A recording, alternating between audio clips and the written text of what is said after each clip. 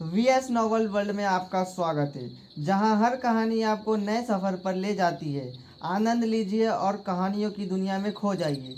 चलिए अब शुरू करते हैं।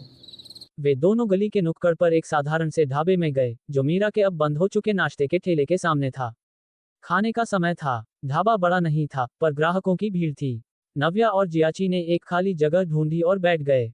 उनके बगल की दीवार पर लाल वॉलपेपर लगा था, जिस पर मेन्यू और कीमतें लिखी हुई थीं। ढाबे की मालकिन लता चाची नव्या को जानती थी, इसलिए खुद चलकर उनकी मेज तक आई। अरे, छोटी नव्या आए। नमस्ते, लता चाची। नव्या ने उन्हें देखते ही मुस्कुराकर जवाब दिया। क्या खाओगी? नव्या ने एक प्लेट पनीर भुर्जी, टमाटर की सब्जी और 2 कटोरी चावल का ऑर्डर दिया। जियाची के लिए एक बोतल शिकंजी भी मंगाए। लता चाची को दूसरे ग्राहकों को भी देखना था, इसलिए उन्होंने नव्या का ऑर्डर लिया और चली गईं। नव्या ने जियाची की ओर देखा और पूछा, क्या बात है? तुम्हारा ध्यान कहीं और है। जियाची ने नव्या को देखा और मासूमियत से होंठ दबा लिए।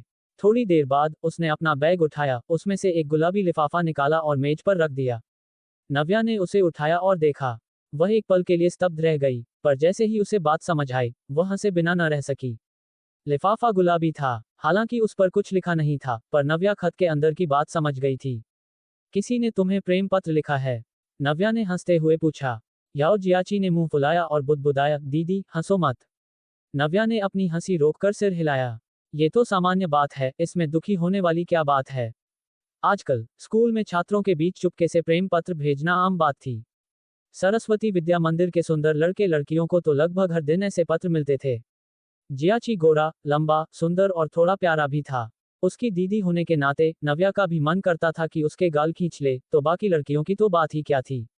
नव्या ने सोचा कि जियाची इतना होनहार है, उसे यह प्रेम पत्र बहुत पहले ही मिल जाना चाहिए था। याओ जियाची ने सिर झुका लिया। कोई नहीं जानता था कि वह शर्मा रहा है या कोई और वजह है, पर उसने कुछ नहीं कहा। सही कहूं तो उसे समझ नहीं आ रहा था कि वह इस मामले को कैसे संभाले। नव्या अपने भाई को अच्छी तरह जानती थी। वह ऐसा इंसान था जिसके लिए दूसरों को मना करना मुश्किल था। वह हमेशा दूसरों के नजरिए से चीजों को देखता था। एक बार अगर वह किसी को मना कर दे, तो वह अपने मन में तरह तरह के ख्याल लाने लगता था। उसे चिंता होती थी कि कहीं दूसरा व्यक्ति दुखी न हो जाए या रोने न लगे, और इस वजह से वह अक्सर दुविधा में पड़ जाता था। उसे अच्छी तरह जानने के कारण ही नव्या याओ जियाची के विचारों को भांप गई। तुम उस लड़की को पसंद नहीं करते जिसने तुम्हें प्रपोज किया है ना? नव्या ने पूछा। जियाची ने ऊपर नव्या की ओर देखा और जवाब दिया, ये पसंद नापसंद की बात नहीं है। मैं इतनी जल्दी प्रेम में नहीं पड़ना चाहता। मैं बस मन लगाकर पढ़ना चाहता हूँ। नव्या ने सहमति में सिर हिलाया। ये वाकई जियाची का तरीका था, और पिछले जन्म में भी ऐसा ही था। जब तक नव्या ने उसे विदेश पढ़ने नहीं भेजा, तब तक जियाची का किसी के साथ कोई संबंध नहीं था। हालांकि स्कूल के छात्रों के बीच कम उम्र में प्रेम होना आम था, पर जियाची ऐसा नहीं करता। कहा जा सकता है कि वह खुद पर बहुत सख्त था और खुद को कम उम्र में प्रेम में पड़ने की इजाजत नहीं देता था। नव्या ने कहा, तो तुम आज मेरे पास ये पूछने आए हो कि इसे कैसे संभालूं? याओ जियाची ने परेशान होकर सिर हिलाया। मुझे डर है कि वह दुखी होगी। अरे मेरे भोले भाई, नव्या ने लाचारी से उसे समझाया। तुम कोई भी तरीका अपनाओ, नतीजा तो मना करना ही है। जब तुम मना करोगे, तो दूसरा व्यक्ति दुखी होगा ही। तुम इससे बच नहीं सकते। मैं क्या करूं? जियाची उदास लग रहा था। यह उसकी गलती नहीं थी, पर वह खुद को इससे दूर नहीं कर पा रहा था। ये देखकर नव्या ने प्रेम पत्र याओ जियाची की तरफ खिसका दिया और सोच समझकर कहा, अगर तुम चुपचाप प्रेम पत्र वापस कर देते हो, तो वह समझ जाएगी कि तुम्हारा क्या मतलब है। पर जियाची कुछ कहना चाहता था, पर नव्या ने उसे टोक दिया।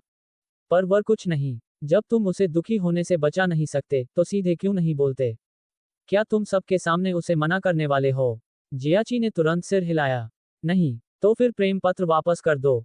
अगर वह लड़की समझदार होगी, तो तुम्हारे कहने का मतलब समझ जाएगी, नव्या ने कहा।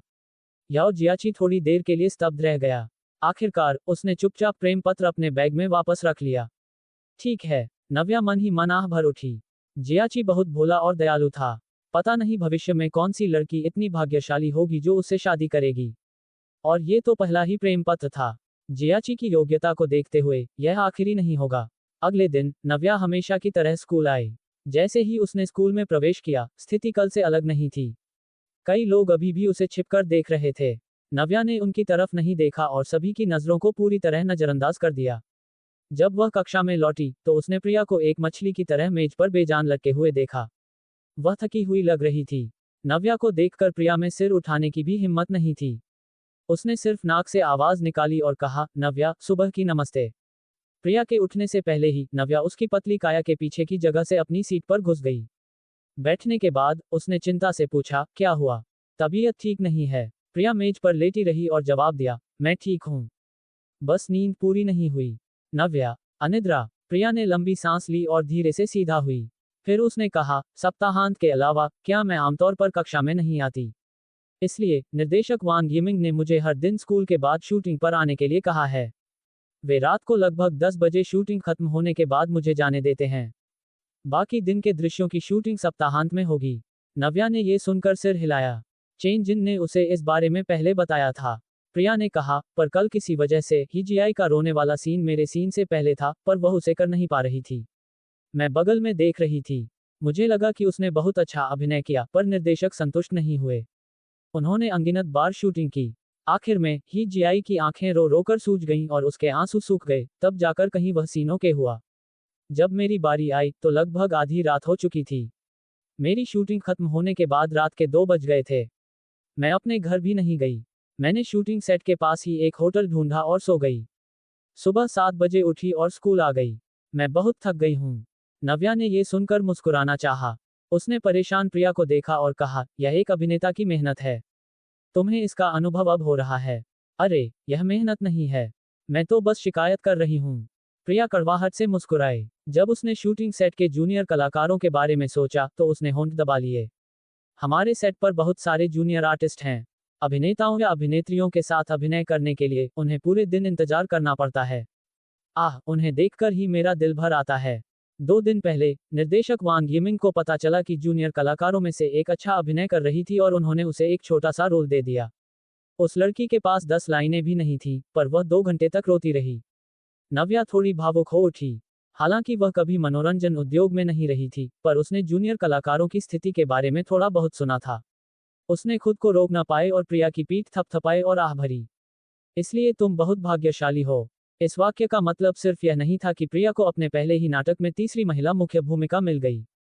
इसका मतलब ये भी था कि वह जन्म से ही भाग्यशाली थी। भले ही निर्देशक वांग यिमिंग को उसके बारे में पता न चलता, फिर भी उसकी कंपनी द्वारा निवेश किए गए फिल्म प्रोजेक्ट में प्रिया को रोल मिलना मुश्किल नहीं होता।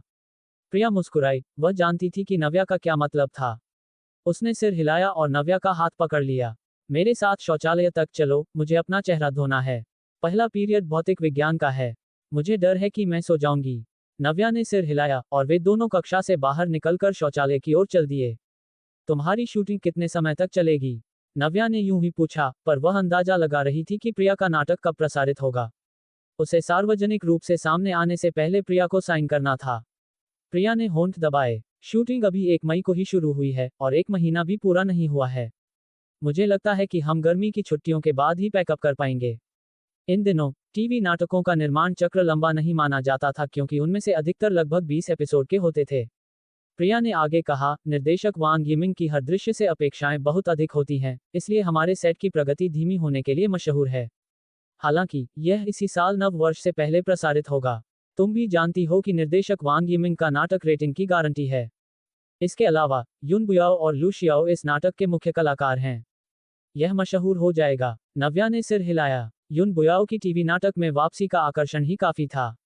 इसके अलावा देश के सबसे मशहूर ए-लिस्ट अभिनेता लू शियाओ पुरुष मुख्य कलाकार थे। इस नाटक के मशहूर न होना मुश्किल था। ये सोचते हुए प्रिया न केवल भाग्यशाली थी, बल्कि उस पर भगवान का भी आशीर्वाद था। वह अपने पहले ही नाटक में निर्देशक वांग यिमिंग के दृश्य की शूटिंग कर सकती थी, जबकि पुरुष और महिला मुख्य कलाकार युन बुयाओ और लू शियाओ थे। एक नवागंतुक के रूप में उसका शुरुआती बिंदु असाधारण रूप से ऊंचा था। हालांकि प्रिया को स्क्रिप्ट चुनते समय बहुत सावधान रहना होगा ताकि वह पीछे न छूट जाए। मनोरंजन जगत एक ऐसी जगह है जो लोगों को खा जाती है और उनकी हड्डियां तक नहीं थूकती। अगर वह सावधान नहीं रही तो उसकी सारी मेहनत बेकार चली जाएगी। शौचालय में कुछ 11वीं कक्षा की लड़कियां बातें कर रही थीं। जब उन्होंने नव्या और प्रिया को अंदर आते देखा तो वे एक पल के लिए स्तब्ध रह गईं और फिर तुरंत सिर झुकाकर बाहर भाग गईं। ये देखकर प्रिया को गुस्सा आया। जब वे दरवाजे से गायब हो गईं और अंदर केवल वे दोनों ही बची, तो उसने नव्या की ओर देखा और कहा, ये लोग कुछ ज्यादा ही बड़ा चढ़ाकर नहीं बोल रहे हैं।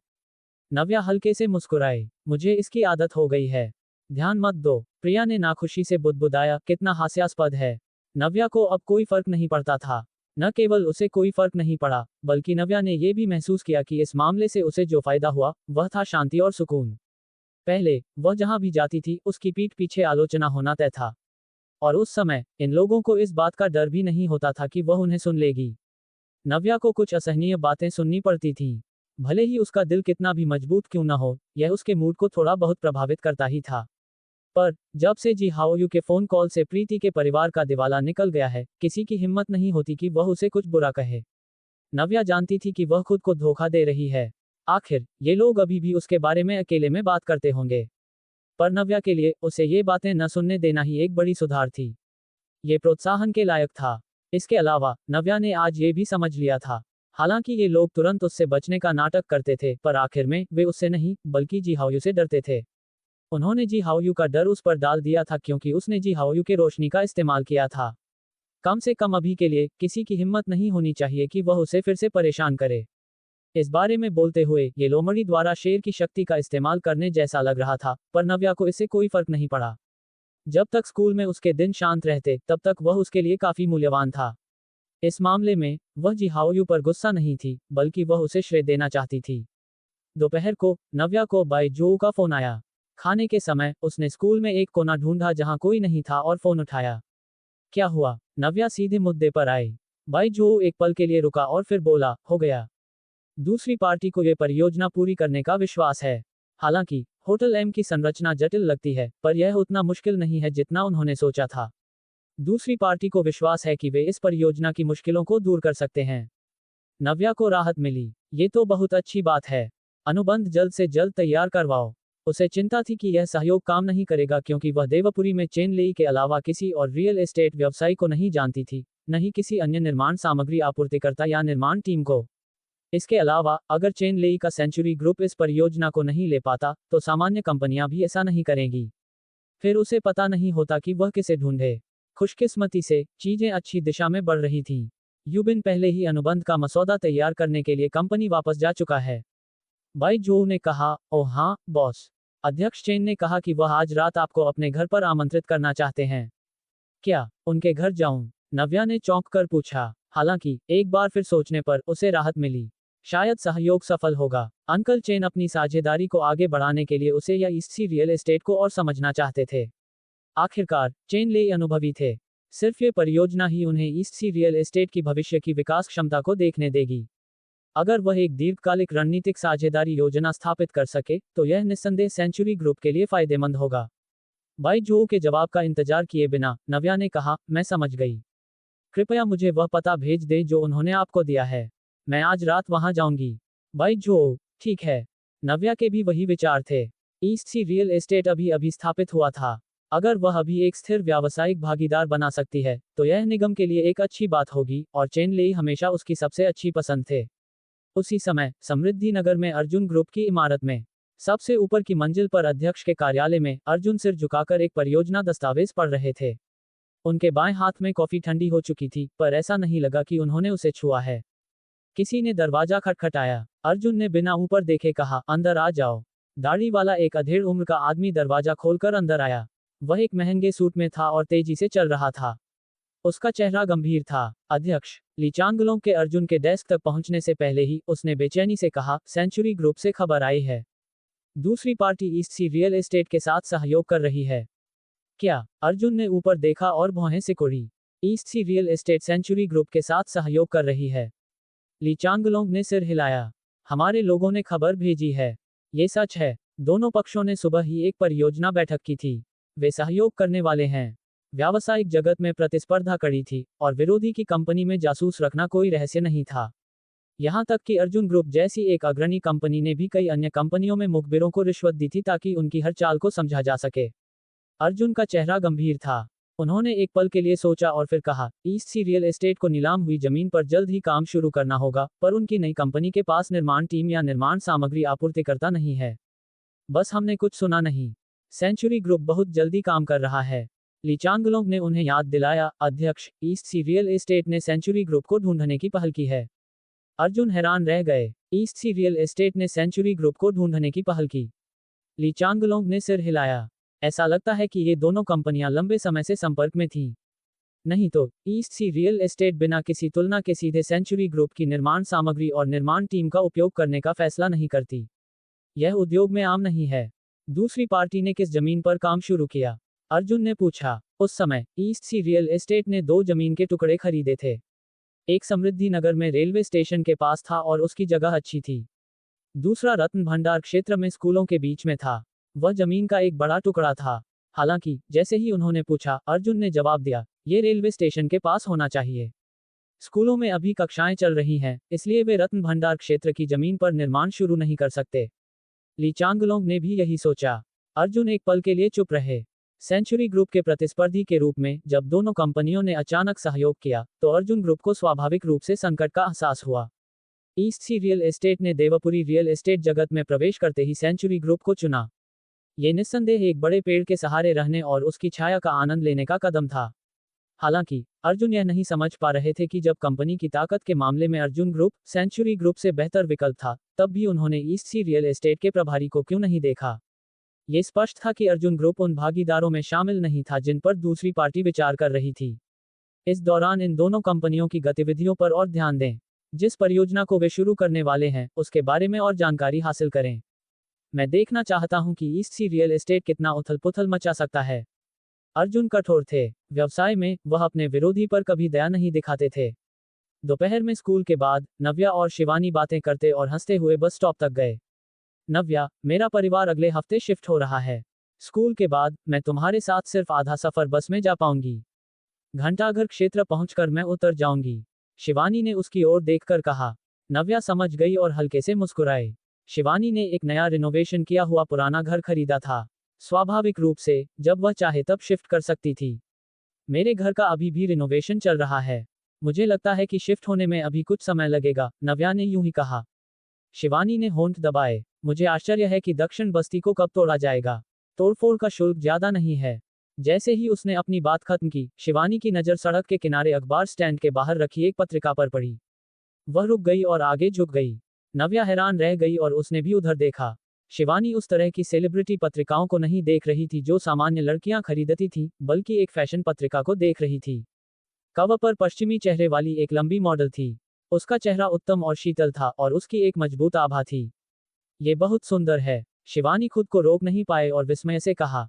नव्या ने उसकी ओर देखा और महसूस किया कि शिवानी मॉडल को नहीं, बल्कि मॉडल के कपड़ों को देख रही थी। कपड़े एक खोखले डिजाइन के थे। उनका मुख्य रंग काला और लाल था।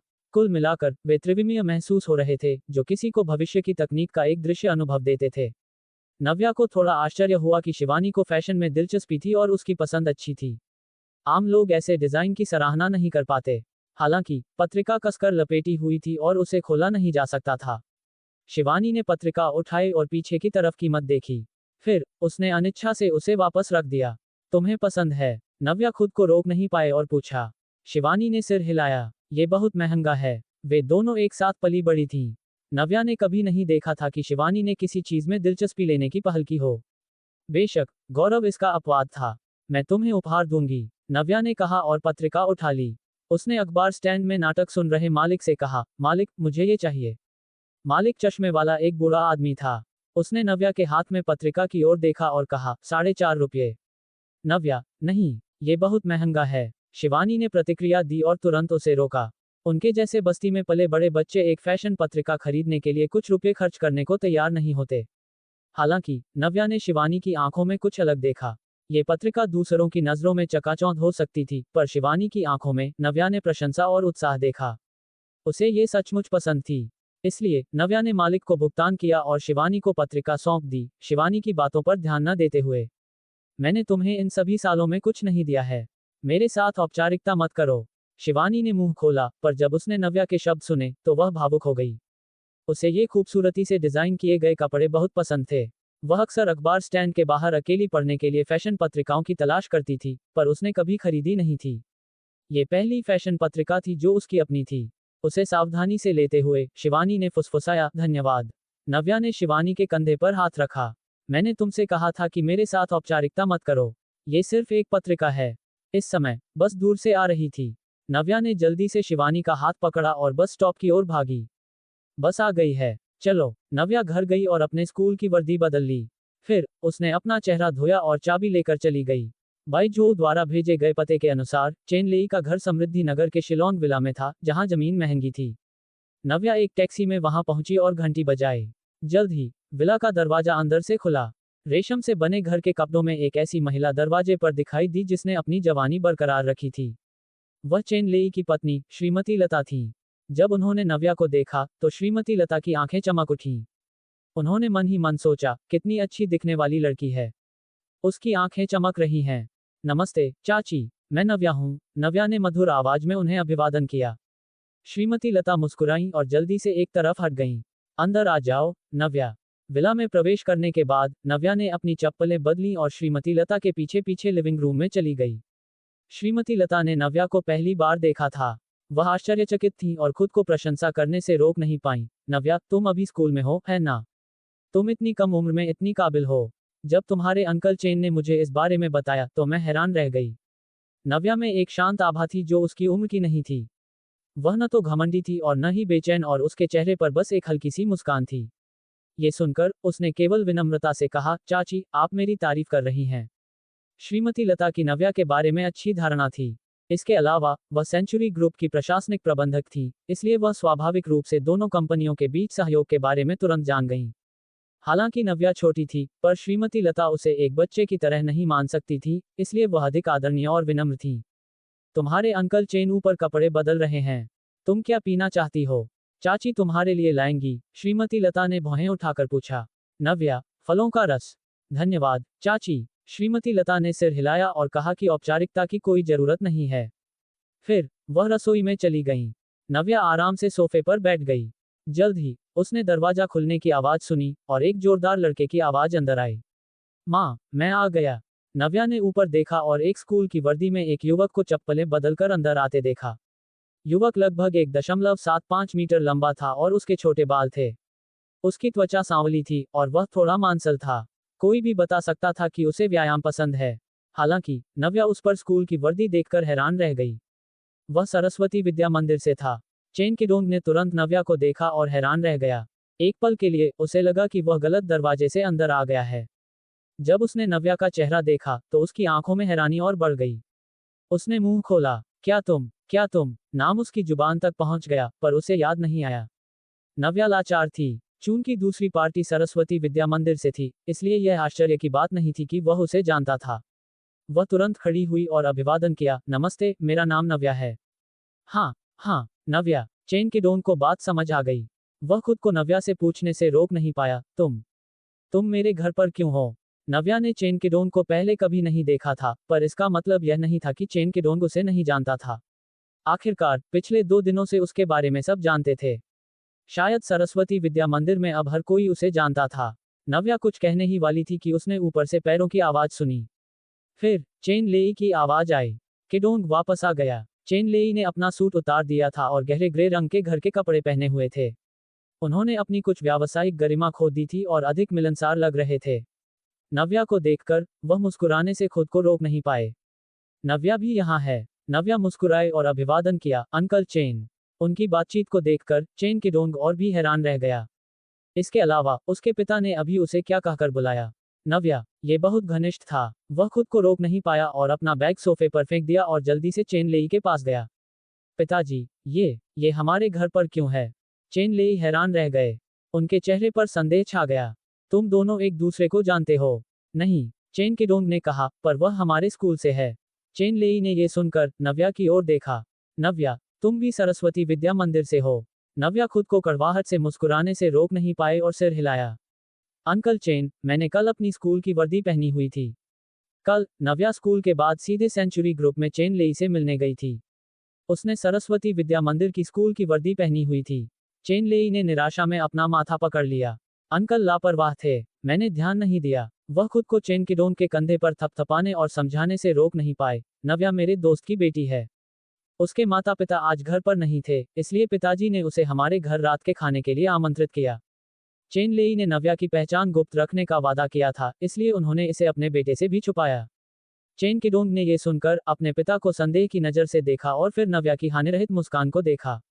उसे याद क्यों नहीं आया कि उसके पिता के दोस्तों में से किसी की ऐसी बेटी है। इस समय श्रीमती लता ताज़ा फलों का रस लेकर रसोई से बाहर आईं। उन्होंने सुना कि बाहर क्या चल रहा था और खुद को मुस्कुराते हुए उनकी ओर देखने से रोक नहीं पाईं। ये कैसा संयोग है, मुझे उम्मीद नहीं थी कि नव्या और किडोंग एक ही स्कूल से होंगे।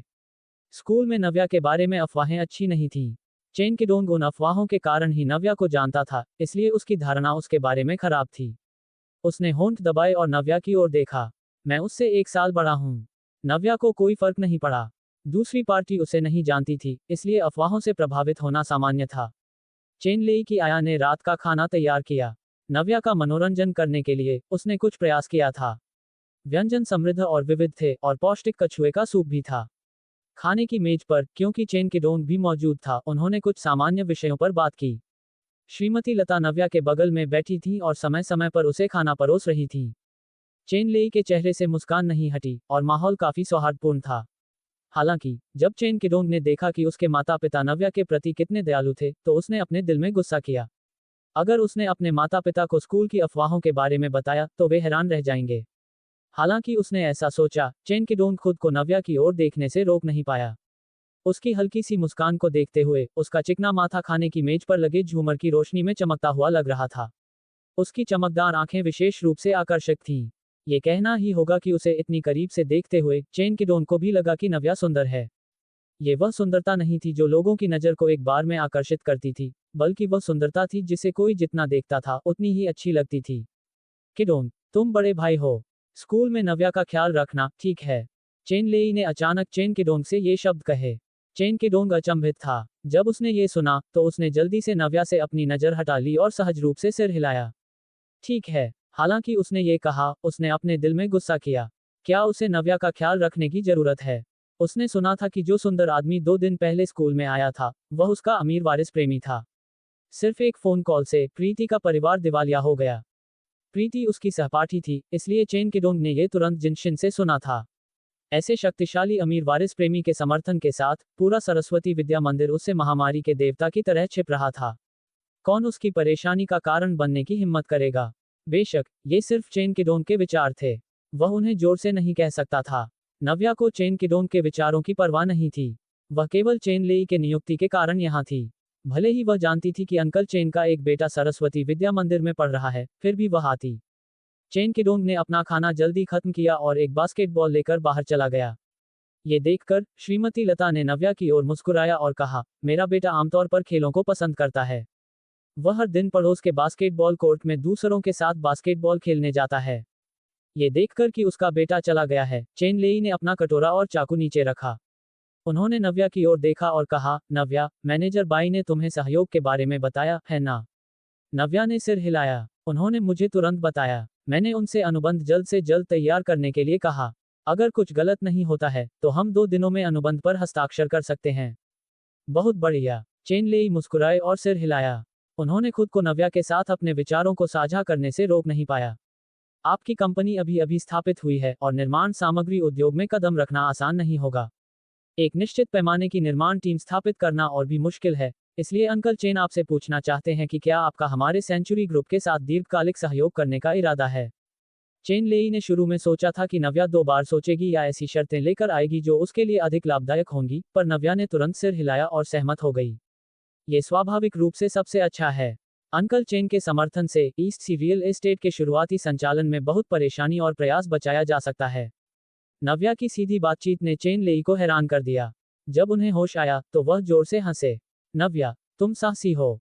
बस यह है कि अप्रत्याशित रूप से नव्या ने अचानक अपनी पलकें झपकाईं और चेन लेई की ओर देखा। वह एक पल के लिए रुकी और फिर धीरे से कहा, अंकल चेन, मुझे उम्मीद है कि आप मुझे समृद्धि नगर में एक घर दे सकते हैं। अगर वह ईशा के स्कूल के पास हो तो सबसे अच्छा है। लगभग 100 वर्ग मीटर का घर ठीक रहेगा। अगर रिनोवेशन हो चुका है तो और भी बेहतर होगा। चेन लेई ने शुरू में सोचा था कि नव्या कुछ अन्य शर्तें प्रस्तावित करेगी, पर उन्हें उम्मीद नहीं थी कि वह केवल समृद्धि नगर में एक रिनोवेशन किए हुए घर की मांग करेगी। दोनों पक्षों के बीच सहयोग चेन लेई के सेंचुरी ग्रुप के लिए 100 मिलियन रुपये से अधिक की परियोजना थी। वह एक घर के लिए कंजूसी नहीं करेंगे जिसकी कीमत केवल कुछ लाख रुपये थी। भले ही नव्या ने उल्लेख किया कि घर ईशा के स्कूल के पास होना चाहिए, सेंचुरी ग्रुप के पास देवपुरी में जितने इमारतें थीं, उतने गाय के बाल थे। चेन लेई के लिए यह स्वाभाविक रूप से मुश्किल नहीं था। यहाँ तक कि श्रीमती लता ने भी जल्दी से एक उपयुक्त जगह सोची। उन्होंने तुरंत चेन लेई से कहा, पति, क्या बिहाई लग्जरी विला ईशा के स्कूल के बगल में नहीं है? अभी भी कुछ भव्य 120 वर्ग मीटर के घर हैं। चेन लेई का विचार श्रीमती लता जैसा ही था। नव्या की शर्तों के अनुसार अगर यह ईशा के स्कूल के 500 वर्ग मीटर के आसपास का रिनोवेशन किया हुआ घर होता तो बिहाई लग्जरी विला स्वाभाविक रूप से सबसे उपयुक्त था। बिहाई लग्जरी विला देवपुरी के ईशा के स्कूल के दक्षिण पूर्व की ओर स्थित है। यह उससे 300 मीटर से कम दूर है। ये समृद्धि नगर के समृद्ध क्षेत्र में स्थित है। हमारी कंपनी ने पिछले साल के अंत में ही व्यापार शुरू किया था। आपका क्या विचार है? चेन लेई ने नव्या से पूछा। नव्या का घर स्पष्ट रूप से उसकी चाची मीरा के लिए था। जब वह कल जियाची से मिली थी तो नव्या ने यूं ही पूछा था। अंत में उसे पता चला कि उसकी चाची को अभी तक एक उपयुक्त घर नहीं मिला है। इसलिए नव्या ने सोचा कि चूंकि वह जल्द ही सेंचुरी ग्रुप के साथ सहयोग करेगी, अगर यह सफल होता है तो अंकल चेन से एक घर मांगना कोई समस्या नहीं होनी चाहिए। आखिरकार उसकी कोई अन्य शर्तें नहीं थीं। अंकल चेन शायद ऐसे छोटे से फायदे के लिए सहमत हो जाएंगे। नव्या बिहाई लग्जरी विला नामक पड़ोस से खुश थी जिसका चेन लेई ने उल्लेख किया था। उसने तुरंत सिर हिलाया। धन्यवाद, अंकल चेन। चेन लेई मुस्कुराए और जल्दी से बिहाई लग्जरी विला बिक्री कार्यालय के प्रबंधक का फोन नंबर नव्या को भेजा। मैं आज रात उन्हें बता दूंगा। तुम कभी भी जाकर अपना घर ले सकती हो। रात के खाने के बाद नव्या ज्यादा देर नहीं रुकी। चेन लेई और श्रीमती लता को अलविदा कहने के बाद वह चली गई। नव्या को विदा करने के बाद वे दोनों लिविंग रूम में लौट आए और सोफे पर बैठ गए। श्रीमती लता आहें भरने से खुद को रोक नहीं पाईं। मैंने नहीं सोचा था कि नव्या इतनी परिपक्व है जब तक हम मिले नहीं। वह बिल्कुल भी किशोर बच्चे की तरह नहीं लगती। उसके बात करने का तरीका बहुत शिष्ट है और वह बिल्कुल एक युवा वयस्क की तरह है। चेन लेई ने एक घूंट हरी चाय ली और सोचा कि कैसे दोनों कंपनियों के प्रतिनिधि आज सेंचुरी ग्रुप में एक बैठक के लिए बैठे थे। ईस्ट सी रियल एस्टेट के सभी 8 मुख्य परियोजना नेताओं अद्वितीय और अंतर्दृष्टिपूर्ण थे। वे उद्योग में दुर्लभ प्रतिभाएं थे। यहां तक कि चेन लेई भी खुद अनुभवी होने के बावजूद उनसे कमतर महसूस कर रहे थे। उन्हें आश्चर्य हुआ कि इस लड़की ने इन लोगों को कहां ढूंढा था। वे अद्भुत थे। हालांकि वह परेशान थे, चेन लेई अपनी सीमाएं जानते थे। उनके लिए सीधे इस बारे में पूछना स्वाभाविक रूप से अनुचित था। सौभाग्य से दोनों कंपनियों ने एक सहकारी संबंध स्थापित कर लिया था। नहीं तो रियल एस्टेट डेवलपर्स के रूप में या तो वे दोस्त थे या दुश्मन। प्रतिस्पर्धी होने के बजाय भागीदार होना बेहतर था। इस ईस्ट सी रियल एस्टेट का भविष्य असीमित है, चेन लेई ने आह भरी। हालांकि श्रीमती लता नहीं जानती थी कि उनके पति ने अचानक ऐसा क्यों कहा। वह जानती थी कि वह कोई ऐसे व्यक्ति नहीं थे जो खाली शब्द बोलते थे। उन्होंने स्वाभाविक रूप से ईस्ट सी रियल एस्टेट की विकास क्षमता देखी थी। हालांकि अर्जुन ग्रुप अभी भी देवपुरी में एकमात्र बड़ी कंपनी है। मुझे आश्चर्य है कि क्या हम उनके साथ प्रतिस्पर्धा कर सकते हैं अब जब हम ईस्ट सी रियल एस्टेट के साथ सहयोग कर रहे हैं, श्रीमती लता ने शांति से कहा। चेन लेई ने यह सुनकर खुद को एक पल के लिए सोचने से रोक नहीं पाया। अर्जुन ग्रुप की एक गहरी नींव और समृद्ध वित्तीय संसाधन थे। अर्जुन के तरीके चौंकाने वाले थे और उनका दिमाग उद्योग में सबसे आगे था। हालांकि वह ईस्ट सी रियल एस्टेट के साथ सहयोग कर रहे थे, चेन लेई को पूरी तरह से विश्वास नहीं था कि वह देवपुरी रियल एस्टेट जगत में अर्जुन ग्रुप की स्थिति को हिला सकते हैं। इस समय रत्न भंडार क्षेत्र में विक्रम के घर पर भव्य विला में तेज रोशनी थी, पर कमरे का माहौल ठंडा था। विशाल लिविंग रूम शांत था और उसमें हरकत का कोई निशान नहीं था। सोफे पर श्रीमती आरती एक साफ सुथरे काले लिबास में थीं। उनके बाल कसकर बंधे हुए थे। हालांकि वह लापरवाह लग रही थी, पर श्रीमती आरती की आंखों में थकान और अकेलापन दिखाई दे रहा था। जिस दिन उन्होंने विक्रम को धोखाधड़ी करते हुए पकड़ा था, वह अपने मायके लौट आई थी। इन दिनों वह इस मामले को संभालने और इसका सामना करने के तरीके के बारे में सोच रही थी। अब जब वह इस परिवार में लौट आई थी, श्रीमती आरती के दिल में पहले ही एक जवाब था। दूसरी ओर विक्रम ने घर के कपड़े पहने हुए थे। उन्होंने अपनी बाहें क्रॉस की हुई थीं और अहंकारी ढंग से अपनी कुर्सी पर पीछे की ओर झुक गए थे। उन्होंने न तो श्रीमती आरती की ओर देखा और न ही कुछ कहा। उनके चेहरे पर अपराधबोध या पछतावे का कोई निशान नहीं था। उन्होंने इन दिनों श्रीमती आरती से माफी मांगने की पहल भी नहीं की, जैसे कि उन्होंने कुछ गलत नहीं किया हो। इससे श्रीमती आरती, जो पहले से ही दुखी और दर्द में थी, और भी अधिक निराश महसूस करने लगी। उन दोनों के अलावा विक्रम की मां और श्रीमती आरती की मां, श्रीमती विमला भी मौजूद थीं। श्रीमती विमला अपनी बेटी के साथ समस्या को हल करने के लिए वापस आई थीं। दूसरी ओर विक्रम की मां को श्रीमती आरती का फोन आया और वह जल्दी से आ गईं। वृद्ध दंपति अपने बड़े बेटे को बचपन से ही प्यार करते थे। अब जब उनकी बहू ने उन्हें रंगे हाथों धोखाधड़ी करते हुए पकड़ा था, तो विक्रम की मां गुस्सा करना चाहती थी, पर वह अपने बेटे को डांट नहीं सकती थी। विक्रम की मां की आंखों में उनके बेटे ने एकमात्र गलती यह नहीं की थी कि उसने धोखाधड़ी की, बल्कि यह कि उसने धोखाधड़ी की और पकड़ा गया। वह बहुत लापरवाह था। वे दोनों लगभग 40 साल के थे और उनके 2 किशोर बच्चे थे। अगर वे इस वजह से तलाक लेते हैं तो उन्हें क्या करना चाहिए? हे भगवान, यह क्या हो रहा है? विक्रम की मां आहें भरने से खुद को रोक नहीं पाईं। हालांकि वह अपने बेटे की रक्षा करना चाहती थी, पर अब सबसे महत्वपूर्ण बात यह थी कि उनकी बहू शांत हो जाए और उनके बेटे को तलाक न दे। वृद्ध दंपति को हमेशा विक्रम पर गर्व रहा है। अगर वह इस उम्र में तलाक लेता है तो उनका चेहरा कहाँ रहेगा? क्या उनके पड़ोसी उन पर हंसेंगे नहीं? सबसे महत्वपूर्ण बात, अगर वे तलाक लेते हैं तो क्या उन्हें अपनी संपत्ति को बांटना नहीं पड़ेगा? ये सोचते हुए विक्रम की मां खुद को श्रीमती आरती की ओर देखने से रोक नहीं पाई। उनका मुंह हिला और वह कुछ कहने ही वाली थी जब श्रीमती आरती, जो शांत थी, ने अचानक अपना मुंह खोला। चलो तलाक लेते हैं। उनकी आवाज में असीम शीतलता थी, पर ऐसा लगा कि श्रीमती आरती की सारी ताकत खत्म हो गई हो। विक्रम की मां हैरान रह गईं और उन शब्दों को निगल लिया जो उनके गले तक पहुंच गए थे। विक्रम के अचल चेहरे पर तुरंत एक दरार आ गई। उन्होंने तुरंत श्रीमती आरती की ओर देखा और भौहें सिकुड़ी। तुमने क्या कहा? विक्रम को उम्मीद नहीं थी कि श्रीमती आरती अपना मुंह खोलते ही तलाक मांगेगी। उन्होंने अपनी गलती स्वीकार नहीं की और अभी उदासीन व्यवहार किया क्योंकि उन्होंने सोचा था कि वह श्रीमती आरती को जानते थे। उनके व्यक्तित्व के साथ वह तलाक नहीं मांगेगी। विक्रम की मां भी घबरा गई और जल्दी से कहा, आरती, नहीं। विक्रम ने कुछ गलत किया है, पर तुम उसे छड़ी से मार नहीं सकती। तुम्हें उसे खुद को सुधारने का मौका देना होगा। श्रीमती आरती ने विक्रम की मां की ओर देखा। चूंकि वृद्ध मां अपने बड़े बेटे को प्यार करती थी, इसलिए उन्होंने इन सभी सालों में उन्हें सबसे बड़ी बहू के साथ काफी अच्छा व्यवहार किया था। चाहे उन्होंने ईमानदारी से उनके साथ अच्छा व्यवहार किया हो या विक्रम को प्यार करने के कारण ऐसा किया हो, श्रीमती आरती के मन में अभी भी विक्रम की मां के लिए कुछ भावनाएं थीं। हालांकि ये रिश्ता अब उन्हें बंधक नहीं बना सकता था। हालांकि श्रीमती आरती ने अपना स्वर नर्म किया, पर उनका रुख अभी भी फर्म था। मां, गलतियां बड़ी और छोटी होती हैं। कुछ गलतियां माफ करने लायक होती हैं, पर कुछ नहीं। आरती एक शांत स्वभाव, सुसंस्कृत और ज्ञानवान महिला की छवि रखती थी। लेकिन वह एक बहुत ही अड़ियल महिला थी। जिस दिन उन्हें पता चला कि रमेश का किसी और के साथ संबंध है, उसी दिन वह उस घर को छोड़कर चली गई, क्योंकि वह ऐसे आदमी के साथ एक कमरा भी साझा नहीं कर सकती थी। जब वह अपने पति के बारे में सोचती, जो उनके साथ एक ही बिस्तर पर सोता था और किसी दूसरी औरत के साथ इतना अंतरंग था, तो उन्हें घिन आती थी। वह खुद को माफ करने के लिए मना नहीं पाई। वह अच्छी तरह जानती थी कि इस सब के बाद वह रमेश का सामना अब शांत भाव से नहीं कर पाएंगी। तो उनके लिए एकमात्र रास्ता तलाक था। भले ही आरती अब जवान नहीं थी, लेकिन वह अपनी बाकी की जिंदगी तकलीफ में नहीं गुजारना चाहती थी। अगर रमेश उन्हें एक बार धोखा दे सकता है, तो दूसरी बार भी कर सकता है। मर्द एक ही गलती बार बार करते हैं। वह इस बात को भली भांति समझती थी। इसलिए इस दलदल से जल्दी बाहर निकलना आरती के लिए मुक्ति थी। श्रीमती शर्मा के कुछ कहने से पहले आरती ने खुद को शांत करने की पूरी कोशिश की। उन्होंने शांति से कहा, मैं जल्द से जल्द तलाकनामा तैयार कर दूंगी। इसे अगले सोमवार को जिला सिविल न्यायालय में खत्म करते हैं। आरती के चेहरे पर दृढ़ता थी। ये स्पष्ट था कि वह मजाक नहीं कर रही थी। रमेश परेशान हो गया। अगर इस समय तलाक होता है, तो क्या कंपनी की संपत्ति बराबर हिस्सों में नहीं बंट जाएगी? उन्होंने इन सालों में कड़ी मेहनत की थी और कंपनी की संपत्ति को 10 करोड़ तक पहुंचाना आसान नहीं था। अगर इस समय संपत्ति का बंटवारा होता है, तो ये कंपनी पर गंभीर असर डालेगा। इससे अकल्पनीय नुकसान होने की पूरी संभावना थी। जाहिर है, रमेश की नजरों में उनकी कंपनी उनकी पत्नी आरती से ज्यादा अहमियत रखती थी। नहीं, मुझे मंजूर नहीं। अगर हम तलाक लेते हैं, तो बच्चों का क्या होगा?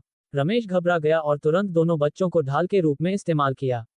श्रीमती शर्मा भी जानती थी कि तलाक से संपत्ति का बंटवारा होगा। वह सारी कमाई उनके बेटे की थी। वह अपनी बहू को उसका आधा हिस्सा देने का दर्द बर्दाश्त नहीं कर सकती थी। उन्होंने तुरंत सिर हिलाया। हाँ, आरती, बच्चे बड़े हो चुके हैं। अगर तुम दोनों तलाक लेते हो, तो बच्चों पर कम या ज्यादा असर तो पड़ेगा ही। आरती को पहले से ही उम्मीद थी कि रमेश बच्चों से उन्हें धमकाएगा। वह खुद पर हंसे बिना नहीं रह सकी और खुद को कोसने लगी। वह रमेश को बहुत अच्छे से जानती थी। उसे सिर्फ उस इंटीरियर डिजाइनिंग कंपनी की फिक्र थी जिसे उन्होंने साथ मिलकर बनाया था और कुछ लाख रुपयों की बचत की। उसकी नजरों में वह और बच्चे उस कीमती दौलत से कहीं कम थे। आरती ने रमेश की ओर व्यंग्य की एक झलक के साथ ठंडी निगाहों से देखा। उन्होंने धीरे से कहा, मैं कंपनी तुम्हारे लिए छोड़ दूंगी। मैं संपत्ति के बंटवारे के लिए नहीं कहूंगी। रमेश, वह हैरान था और समझ नहीं पा रहा था कि आरती सच कह रही है या नहीं। कंपनी उसके लिए छोड़ देगी, बिना संपत्ति के बंटवारे के। जैसे ही यह ख्याल आया, रमेश के दिल में खुशी की एक लहर दौड़ गई। एक पल के लिए वह भूल गया कि एक सेकंड पहले वह तलाक के लिए इनकार करने पर तुला हुआ था। आरती ने मानो रमेश के विचारों को भांप लिया था और उन्हें उससे घिन आ रही थी। वह अतीत में कितनी अंधी थी कि उन्होंने पैसे के लोभी ऐसे आदमी से प्यार किया। श्रीमती शर्मा एक बेचैन इंसान थी। जब उन्होंने सुना कि उनके बेटे को कंपनी मिल जाएगी तो वह तुरंत सीधी हो गईं। उनकी कोई चिंता नहीं बची थी। उन्होंने आरती को देखा और कहा, आरती, अगर तुम तलाक पर अड़ी हो तो मैं पहले ही साफ कर दूं। तुम्हें दोनों बच्चों को हमारे शर्मा परिवार के पास छोड़ना होगा। पलक झपकते ही श्रीमती शर्मा का चेहरा किताब पलटने से भी तेजी से बदल गया। एक पल पहले वह अभी भी उन्हें मेल मिलाप करने के लिए मनाने की पूरी कोशिश कर रही थी, लेकिन जब उन्होंने सुना कि संपत्ति का बंटवारा नहीं हो रहा है तो वह बच्चों की कस्टडी के लिए लड़ने के लिए पलट गईं। अरे समधिन जी, क्या आपकी मांग थोड़ी ज्यादा नहीं है? दोनों बच्चों को अपने परिवार के लिए छोड़ दो। क्या आपको सब कुछ अच्छा ही चाहिए? जब श्रीमती गीता, जो एक शब्द भी नहीं बोली थी, ने ये सुना तो वह तुरंत अपनी बेटी की मदद के लिए खड़ी हो गईं। जब श्रीमती शर्मा ने ये सुना तो वह श्रीमती गीता की ओर देखने लगी और कहा, दोनों बच्चों का सरनेम शर्मा है। वे हमारे शर्मा परिवार के बच्चे हैं, इसलिए उन्हें स्वाभाविक रूप से शर्मा परिवार में ही रहना होगा। श्रीमती गीता भी कड़वे बोल बोलने वाली इंसान थी। जब उन्होंने श्रीमती शर्मा को इतना अतार्किक होते सुना तो वह व्यंग्य किए बिना नहीं रह सकी। उन्होंने उनकी ओर देखा और कहा, आपके शर्मा परिवार के बच्चे? तो मुझे पूछना पड़ेगा, क्या दोनों बच्चे आपके बेटे या आपके पेट से निकले थे? श्रीमती शर्मा हकला गईं और उनकी आंखें चौड़ी हो गईं। उन्हें समझ नहीं आया कि क्या जवाब दें। श्रीमती गीता ने आगे कहा, जिचिन और जिमिंग मेरी बेटी के 10 महीने तक पेट में रहने के बाद पैदा हुए थे। अब जब वे तलाक ले रहे हैं तो आप सब कुछ अपने शर्मा परिवार के लिए छोड़ना चाहती हैं। आपके जितना निर्दयी कोई नहीं होगा जो काम निकल जाने के बाद किसी को ठोकर मार दे। मैं आपको बता देती हूँ, मेरे मीरा परिवार में कोई नहीं है, ऐसा नहीं है। अगर आप मुझे उकसाती हैं तो मैं इस मामले को उलट पुलट कर दूंगी। बस करो, माँ। श्रीमती गीता आगे गाली देना चाहती थी, लेकिन आरती ने उन्हें टोक दिया। श्रीमती गीता चुप हो गईं और अपनी बेटी को देखा। आरती, डरो मत, मैं तुम्हारे साथ हूँ। देखते हैं तुम्हें कौन धमकी देने की हिम्मत करता है। जैसा कि उन्होंने कहा, वह रमेश और श्रीमती शर्मा को गुस्से से घूरने लगी। आरती का दिल गर्म हो गया। खुशकिस्मती से वह अकेली नहीं थी। उन्होंने श्रीमती गीता को सिर हिलाकर मना किया, मैं यहाँ बहस करने के लिए नहीं हूँ। उन्हें ऐसे लोगों से बहस करना पसंद नहीं था। श्रीमती गीता की तरफ देखते हुए आरती ने श्रीमती शर्मा और रमेश को देखा। हालांकि आरती का लहजा उदासीन था, लेकिन उनके शब्द हीरे की तरह थे। मैं कंपनी का बंटवारा न करके पहले ही बहुत बड़ी छूट दे रही हूँ, लेकिन इसका मतलब यह नहीं है कि मैं कमजोर हूँ और आसानी से धमकियों में आ जाऊंगी। शादी के दौरान अफेयर रखना रमेश की गलती है। अगर मैं इसके लिए लड़ूं तो उसे पूरी कंपनी का अधिकतम केवल 1/3 ही मिल सकता है। मेरी दयालुता को अपनी बेशर्मी की पूंजी मत समझो। इस समय आरती अपने रुख के बारे में बात करने की परवाह नहीं कर सकती थी। अगर उन्होंने साफ साफ नहीं कहा तो श्रीमती शर्मा के स्वभाव के आधार पर वह इस मामले को छोड़ेंगी नहीं। जैसा कि उम्मीद थी, जब उन्होंने आरती के शब्द सुने तो श्रीमती शर्मा इतनी डर गईं कि उन्होंने तुरंत अपना मुंह बंद कर लिया। उनका अभी तलाक नहीं हुआ था, और हालांकि आरती संपत्ति का बंटवारा नहीं करना चाहती थी, अगर वे उन्हें कोने में धकेलते हैं तो उनके बेटे, जिसने धोखा दिया था, को केवल एक छोटा हिस्सा मिलेगा। श्रीमती शर्मा, जो अशिक्षित थी, भी इस तर्क को जानती थी। कंपनी के मालिक के रूप में रमेश तो और भी ज्यादा समझता था। हालांकि जब उन्होंने अपने बेटे जिचिन के बारे में सोचा तो रमेश पूरी तरह से हार नहीं मान सका। वह दोनों बड़ों का खजाना था, शर्मा परिवार का इकलौता पोता। उन्होंने बचपन से ही उसे लाद दिया था। आरती ने आह भरी। आज वापस आने से पहले उन्होंने पहले ही सब कुछ तय कर लिया था। मुझे कंपनी नहीं चाहिए, लेकिन तुम्हें मुझे दूसरा विला देना होगा। मैं वह ऑडी भी ले लूंगी। मुझे बैंक खाते से ज्यादा बचत नहीं चाहिए, सिर्फ 2 करोड़ रुपये। जब श्रीमती शर्मा ने यह सुना तो उनके दिल में चुभन हुई। 2 करोड़ रुपये, एक विला और एक लग्जरी कार कोई छोटी रकम नहीं थी। रमेश उदासीन था। वह जानता था कि आरती जो मांग रही थी वह ज्यादा नहीं थी। जब तक वह कंपनी उसे दे देती है, महज 2-3 करोड़ रुपए तो कुछ बड़े प्रोजेक्ट्स का योग मात्र था। जहां तक बच्चों की बात है, जब उन्होंने ये कहा तो आरती ठिठक गईं। उनकी आंखों में संघर्ष की एक झलक दिखी। उन्होंने जैसे अपना मन बना लिया था, इससे पहले कि वह कहती, मैं जिचिन को शर्मा परिवार के पास छोड़ दूंगी, लेकिन जिमिंग मेरे साथ रहेगी। जब उसने सुना कि उसका बेटा उसके साथ रहेगा तो रमेश ने अपने दिल में राहत की सांस ली। उसने अपनी बेटी की समस्या पर बिल्कुल भी ध्यान नहीं दिया। श्रीमती शर्मा भी वैसी ही थी। हालांकि सुरेश की शादी हो गई थी, ये कहना मुश्किल था कि भविष्य में वे बेटा या बेटी को जन्म देंगे। जिचिन अब शर्मा परिवार का इकलौता वारिस था, इसलिए वह मीरा परिवार के साथ नहीं जा सकता था। आरती को उनके दिलों में आए बदलावों को जानने के लिए सोचने की जरूरत नहीं थी। इतने सालों तक शर्मा परिवार में शादी करने के बाद वह उन बड़ों को समझती थी जो लड़कों को लड़कियों से ज्यादा पसंद करते थे। अगर वह जिचिन को साथ ले जाने पर जोर देती तो शर्मा परिवार शायद विरोध करेगा, भले ही दुनिया इधर की उधर हो जाए। इसके अलावा हालांकि रमेश अच्छा इंसान नहीं था, लेकिन वह सचमुच अपने बेटे को बहुत प्यार करता था। रमेश कंपनी का कार्यभार संभालेगा, इसलिए उसके बेटे का भविष्य सुरक्षित था। इससे उन्हें भी राहत मिली। हालांकि जिमिंग अलग थी। वह जिमिंग को शर्मा परिवार में कभी नहीं छोड़ेंगी।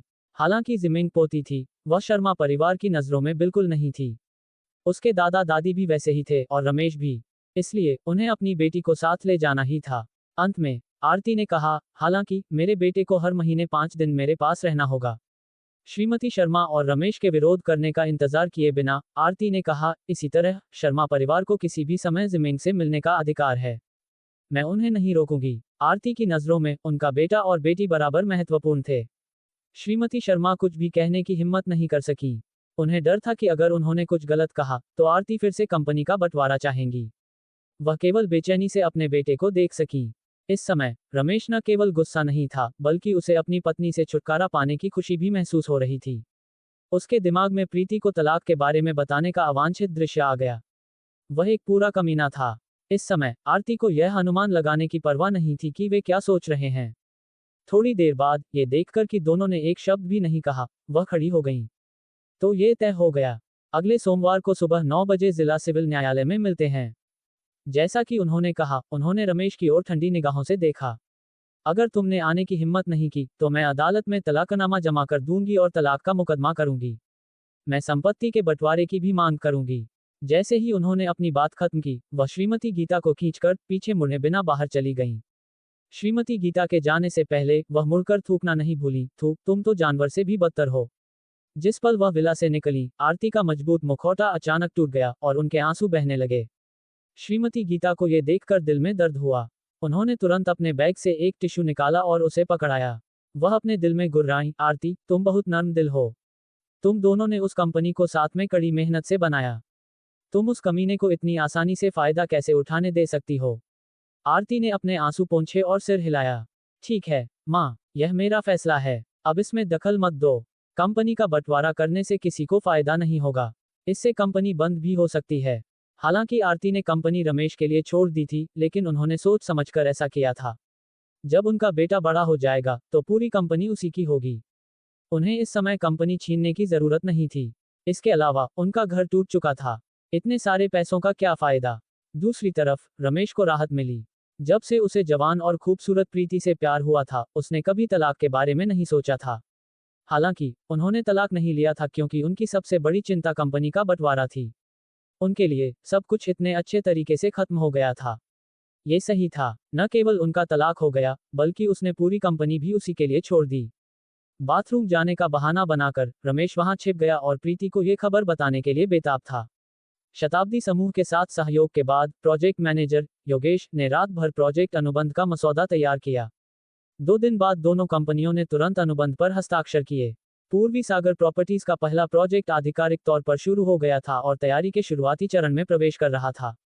नव्या को पिछले कुछ दिनों से आराम करने के बाद तसल्ली मिली। सप्ताहांत में चेतन ने एक घर किराए पर लिया और वहां जाने की योजना बनाई। जब चेतन पहली बार नव्या के घर आया था तो वह कुछ खास नहीं लाया था। अब जब वह जा रहा था तो उसके पास केवल एक अतिरिक्त बैग था। नव्या उसके साथ समृद्धि नगर तक गई, जहां चेतन ने समृद्धि नगर के केंद्र के पास एक छोटा अपार्टमेंट किराए पर लिया था। प्रिया ने मेरी मदद के लिए किसी से घर ढूंढवाया। मैं शुरू में घंटाघर क्षेत्र में रहना चाहता था ताकि किराया सस्ता हो। हालांकि प्रिया ने जोर दिया कि मैं समृद्धि नगर में रहूं। उसने कहा कि यह आसान होगा। मैंने इसके बारे में सोचा और सहमत हो गया।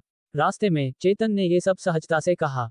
पिछले कुछ दिनों से उनके साथ बातचीत करने के बाद नव्या चेतन को कम या ज्यादा समझ गई थी। हालांकि उनका मासिक वेतन 10,000 रुपये से अधिक था, जो किसी कंपनी के मध्यम या वरिष्ठ प्रबंधन के वेतन के समान था। उन्होंने बचपन से ही मितव्ययी आदतें विकसित की थीं। वह स्वाभाविक रूप से जितना हो सके उतना बचाते थे। हालांकि प्रिया सही थी। समृद्धि नगर में उनके लिए रहना वास्तव में सुविधाजनक था। मेरे परिवार का नया घर भी समृद्धि नगर में है। जब समय आएगा तो हम एक दूसरे के करीब हो सकते हैं, नव्या ने मुस्कुराते हुए जवाब दिया। फिर उन्होंने घंटाघर क्षेत्र में रौनक बार के बारे में सोचा और बिना कहे नहीं रह सकी। इसके अलावा अगर तुम घंटाघर क्षेत्र में रहते हो तो तुम किसी दिन फिर से लखन से टकरा सकते हो। क्या होगा अगर वह तुमसे परेशानी ढूंढता है?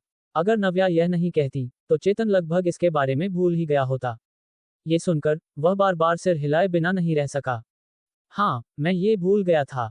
लखन घंटाघर क्षेत्र का एक स्थानीय दबंग था। उन्होंने उसे नाराज किया था, अपनी नौकरी छोड़ दी थी और भाग गए थे। अगर वह उससे टकराते तो वह उन्हें आसानी से नहीं छोड़ता। कार एक उच्च स्तरीय पड़ोस के सामने रुकी और वे दोनों वाहन से बाहर निकले। नव्या ने सहजता से चारों ओर देखा। पड़ोस का निर्माण बुरा नहीं था। एक नज़र में कोई भी बता सकता था कि यह पिछले 2 सालों में स्थापित एक नया पड़ोस था। ये समृद्धि नगर के केंद्र से सटा हुआ था और इसके चारों ओर सब कुछ था। ये वास्तव में एक अच्छी जगह थी। चेतन ने एक सजावट से संवारा गया सिंगल अपार्टमेंट किराए पर लिया था। ये बहुत बड़ा नहीं था, लेकिन लगभग 50 से 60 वर्ग मीटर का था। ये 16वीं मंजिल पर था, इसलिए दृश्य चौड़ा था। चेतन केवल कपड़े और दैनिक जरूरत की वस्तुएं लाया था। हालांकि उसने जो घर किराए पर लिया था उसमें सभी उपकरण थे, लेकिन बिस्तर की चादरें, कंबल, बर्तन, कटोरी, करछूल या बेसिन नहीं थे। नव्या चेतन के साथ पास के एक सुपरमार्केट तक गईं और उसे जरूरत की सभी चीजें खरीदी। उन्होंने बहुत कुछ खरीदा। सब कुछ चेतन के निवास पर वापस ले जाने में कुछ प्रयास लगा। उन दोनों ने सुबह 11 बजे तक सफाई की। नव्या को पड़ोस के प्रवेश द्वार तक छोड़ने के बाद चेतन ने नव्या से कहा, मुझे बाद में प्रोडक्शन टीम के पास जाने की जल्दी है, इसलिए मैं औपचारिकता नहीं करूंगा। अगर कुछ दिनों में तुम्हें समय मिले तो मैं तुम्हें खाना खिलाऊंगा। नव्या मुस्कुराई और सिर हिलाया। भविष्य में अगर किसी चीज की जरूरत हो तो मुझे फोन करना। इतना कहकर नव्या ने सिर झुकाया और टैक्सी में बैठ गई। चेतन वहीं खड़े रहे और टैक्सी को कोने के चारों ओर गायब होते देखा, इससे पहले कि वह धीरे धीरे अपनी निगाह हटाए। आज उनके जीवन की नई शुरुआत थी। उन्हें इस अवसर को पकड़ने और इस समृद्ध देवपुरी शहर में एक स्थिर जगह बनाने के लिए कड़ी मेहनत करनी पड़ी। अपनी माँ और बहन, नव्या, प्रिया और खुद के लिए। जब वह दक्षिण बस्ती लौटी तो एक सेकंड पहले का धूप वाला दिन तुरंत बदल गया था। एक बड़ा काला बादल छाया हुआ था, मानो तूफान आने वाला हो। नव्या सीधे घर नहीं गईं। वह पूरी सुबह चेतन की मदद करने में व्यस्त थी, और क्योंकि ये दोपहर का भोजन का समय था, उन्हें भूख लगी थी। इसलिए वह सीधे अपनी मौसी मीरा के घर गईं, दोपहर का भोजन करना चाहती थीं। बाढ़ वाले आंगन का दरवाजा चौड़ा खुला था। मीरा आंगन में कपड़े जमा कर रही थीं। ये देखकर नव्या ने पुकारा, मौसी। मीरा ने जो कर रही थी उसे रोका और मुड़ी। जब उन्होंने नव्या को देखा तो वह तुरंत मुस्कुराई और कहा, छोटी नव्या आ गई। क्या तुमने खाना खा लिया? नहीं, मैं खाना मांगने आई हूँ। नव्या मुस्कुराई और आंगन में प्रवेश किया। मीरा ये सुनकर हंसे बिना नहीं रह सकी। नासमझ बच्ची, क्या ये कहने की जरूरत है? जल्दी अंदर आओ, बर्तन में चिकन स्टू है, हम जल्द ही खाएंगे। नव्या को चिकन की खुशबू बहुत पहले ही आ गई थी और इसने उनके पेट में लालसा जगा दी। उन्होंने तुरंत सिर हिलाया और जल्दी से घर में प्रवेश किया। छोटी नव्या आ गई। मीरा का घर नव्या के घर से छोटा था। जिस पल वह अंदर गई, वह पहले से ही रसोई में थी। इस समय विनय कटे हुए आलू को चिकन के साथ स्टू करने के लिए बर्तन में डाल रहे थे। विनय को देखकर नव्या हैरान हुए बिना नहीं रह सकी। आमतौर पर उनके मौसा दिन के दौरान घर पर नहीं होते थे। उन्हें फ्रेट स्टेशन पर काम करना पड़ता था और उनकी कोई छुट्टी नहीं होती थी। इसलिए नव्या अपने मौसा को देखकर थोड़ी हैरान थी। वह होश में आई और तुरंत पुकारा, मौसा। पिछली बार विनय ने नव्या को तब देखा था जब सुरेश की शादी हुई थी। जब उन्होंने नव्या को देखा तो वह मुस्कुराए बिना नहीं रह सके। लगभग 1 महीना हो गया है। छोटी नव्या फिर से लंबी हो गई है। यह कोई तारीफ नहीं थी, क्योंकि नव्या ने भी महसूस किया था कि वह लंबी हो गई हैं। कुछ दिन पहले उन्होंने खास तौर पर अपनी ऊंचाई मापी थी। अब 14 साल की उम्र में वह 1.65 मीटर लंबी थी। नव्या ने सिर हिलाया। मैं लंबी हो गई हूँ। विनय ने नव्या को जियाची को खेलने के लिए घर के अंदर बुलाया। हालांकि जैसे ही विनय चले, नव्या ने देखा कि उनके मौसा आज लंगड़ा रहे थे। मौसा, आपके पैर को क्या हुआ? नव्या ने माथे पर बल डाला और बिना कहे नहीं रह सकी। विनय आह भरे बिना नहीं रह सके कि छोटी नव्या कितनी बारीक थी। हालांकि वह मुस्कुराए और कहा, कुछ नहीं, मोच आ गई है। इत्तेफाक से मीरा कपड़े रखने के बाद अंदर आई। जब उन्होंने ये सुना तो उन्होंने कहा, वह कुछ दिन पहले फ्रेट स्टेशन पर एक लकड़ी का लट्ठा ले जा रहे थे और गलती से मोच आ गई। अन्यथा आपके मौसा दिन के बीच में घर पर क्यों होते? उन्हें कुछ देर के लिए आराम करने की जरूरत है। विनय एक ऐसे आदमी थे जो मुश्किलों को सहन कर सकते थे। फ्रेट स्टेशन में हर दिन आने वाली चीजें अलग अलग होती थीं। कभी कभी वे लकड़ी होती थी और कभी कभी वे फल और उपकरण होते थे। सर्दियों में उन्हें कोयले के बैग भी ले जाने पड़ते थे। इस काम में ताकत की जरूरत होती थी और अगर कोई सावधान न रहे तो मांसपेशियों और हड्डियों को नुकसान हो सकता था। ये डरावना था। 2 साल पहले सामान के ढहने के कारण फ्रेट स्टेशन पर एक फ्रेटर मारा गया था। विनय तब उस दृश्य पर थे। हालांकि कोई विकल्प नहीं था। विनय शिक्षित नहीं थे और उनके पास कोई अन्य कौशल नहीं था। उनके पास एकमात्र चीज ताकत थी। हालांकि नौकरी थकाने वाली और खतरनाक थी, यह अच्छा था कि वह काफी कमाई करते थे। कभी कभी वह स्टेशन में प्रवेश करने वाली बहुत सारी मालगाड़ियों का सामना करते थे और विनय एक महीने में 20,000 रुपये से ज्यादा कमा सकते थे। उनकी मौसी और मौसा चोटों के बारे में इतनी आसानी से बात करते थे जैसे कि वे इसके आदी हो चुके हों, लेकिन नव्या उनकी तरह नहीं सोच सकती थी। इस दुनिया में अपनी माँ और भाई के अलावा उनकी मौसी का परिवार नव्या के दिल में सबसे महत्वपूर्ण लोगों में से एक था। उन्होंने अपने चेहरे पर कुछ नहीं दिखाया, लेकिन नव्या ने पहले ही अपने दिल में योजना बनाना शुरू कर दिया था। वह अपने मौसा के लिए कंपनी में एक उपयुक्त पद ढूंढना चाहती थी ताकि वह मददगार हो सकें और अपने परिवार के जीवन में सुधार ला सकें। जब वह घर में प्रवेश की तो जियाची अपना होमवर्क कर रहा था। दीदी, नव्या जियाची के पास बैठ गईं। ये देखकर कि उनके हाथ में फाउंटेन पेन एक छोटी सी दुकान का था, उन्होंने बिना कहे नहीं रह सकी। जब हम मकाऊ गए थे तो मैंने तुम्हारे लिए जो फाउंटेन पेन खरीदा था वह कहाँ है? तुमने उसे क्यों इस्तेमाल नहीं किया? जब जियाची ने ये सुना तो उन्होंने पलकें झपकाईं और धीरे से कहा, मैं इसे इस्तेमाल नहीं कर सकता। इसके अलावा अगर मेरी माँ ने इसे देखा तो समझाना मुश्किल होगा। जियाची ने अपने होंठ सिकुड़े और नव्या को देखा। पिछली बार उनकी बहन उन्हें मकाऊ ले गई थी। वापस आने से एक दिन पहले वह उन्हें मकाऊ के शॉपिंग सेंटर में ले गई थी ताकि बहुत सी चीजें खरीदें। हालांकि जब वे वापस आए तो उन्होंने उन्हें छुपा दिया। सबसे पहले वह उन्हें इस्तेमाल नहीं कर सकते थे और मुख्य कारण ये था कि उन्हें डर था कि उनके माता पिता उन्हें ढूंढ लेंगे। अगर उन्होंने कहा कि उनकी बहन ने उन्हें खरीदा है तो वयस्क शायद विश्वास नहीं करेंगे और इससे उनकी बहन के लिए परेशानी होगी। जियाची के चेहरे के भाव को देखकर नव्या जानती थी कि वह क्या सोच रहा था। उनका चेहरा मुलायम हो गया और नव्या ने जियाची के मुलायम बालों को सहलाने के लिए अपना हाथ उठाया। इसे इस्तेमाल करना ठीक है। मैं भविष्य में तुम्हारे लिए और खरीदूंगी। मौसी और मौसा को पता चलने से डरो मत। अगर वे पूछते हैं तो उन्हें बताना कि मैंने खरीदा है। जियाची ने सिर हिलाया। ठीक है दीदी। मीरा जानती थी कि नव्या को टमाटर खाना पसंद है, इसलिए चिकन और आलू को स्टू करने के अलावा उन्होंने खास तौर पर नव्या के लिए टमाटर के साथ तले हुए अंडे तैयार किए। खाने की मेज पर मीरा ने नव्या को देखा और पूछा, छोटी नव्या, जियाची ने कहा कि शहर में एक गणित ओलंपियाड है। कॉलेज प्रवेश परीक्षा के लिए भी अतिरिक्त अंक मिलेंगे। नव्या ने खाना बंद किया और जियाची को देखा। फिर उन्होंने मीरा से कहा, जियाची ने भी पंजीकरण कराया है। नव्या के शब्दों को सुनकर मीरा जानती थी कि नव्या ने भी पंजीकरण कराया है। उन्होंने सिर हिलाया। कोई कॉलेज प्रवेश परीक्षा के लिए अतिरिक्त अंक प्राप्त कर सकता है। यह एक अच्छा अवसर है। तुम्हें कोशिश करनी चाहिए। नव्या ने भी ऐसा ही सोचा और मुस्कुराई। मौसी, चिंता मत करो। जियाची और मैं अपना सर्वश्रेष्ठ करेंगे। मीरा ने अपना हाथ बढ़ाया और नव्या की कटोरी में एक चिकन लेग रखा। एक चिकन लेग खाओ। नव्या, धन्यवाद मौसी। मीरा मुस्कुराई और विनय से पूछने के लिए मुड़ी, क्या तुमने उस चीज के बारे में पूछा जो मैंने तुम्हें पहले पूछी थी? विनय, जो खा रहे थे, ने सिर हिलाया, लेकिन उनके चेहरे का भाव अच्छा नहीं था। मैंने पूछा, लेकिन फ्रेट स्टेशन के कैंटीन में अब लोगों की कमी नहीं है। प्रभारी व्यक्ति ने कहा कि उन्हें निकट भविष्य में अब और भर्ती नहीं करनी चाहिए। जब मीरा ने यह सुना तो वह माथे पर बल डाले बिना नहीं रह सकी और धीरे से आह भरी। विनय ने तुरंत उन्हें सांत्वना दी। परेशान मत हो, मैं यहाँ हूँ। नौकरी ढूंढने में समय लो। कोई जल्दी नहीं है, लेकिन हम केवल तुम्हारे भरोसे नहीं रह सकते। मीरा जैसे जैसे बोलती गईं, वह और चिंतित होती गईं। उन्होंने अपनी कटोरी और चॉपस्टिक नीचे रखी और उनकी भूख चली गई। नव्या ने उनके शब्दों को सुना और हैरान हुए बिना नहीं रह सकी। मौसी, क्या हुआ? क्या आप कपड़े की फैक्ट्री में अच्छा काम नहीं कर रही हैं? आप नौकरी क्यों ढूंढ रही हैं? चूंकि विनय और मीरा नव्या को एक बच्चे के रूप में मानते थे, उन्होंने इसके बारे में ज्यादा नहीं सोचा। विनय ने सहजता से कहा, आपकी मौसी जिस कपड़े की फैक्ट्री में काम करती थी वह अब ज्यादा कमाई नहीं कर रही है।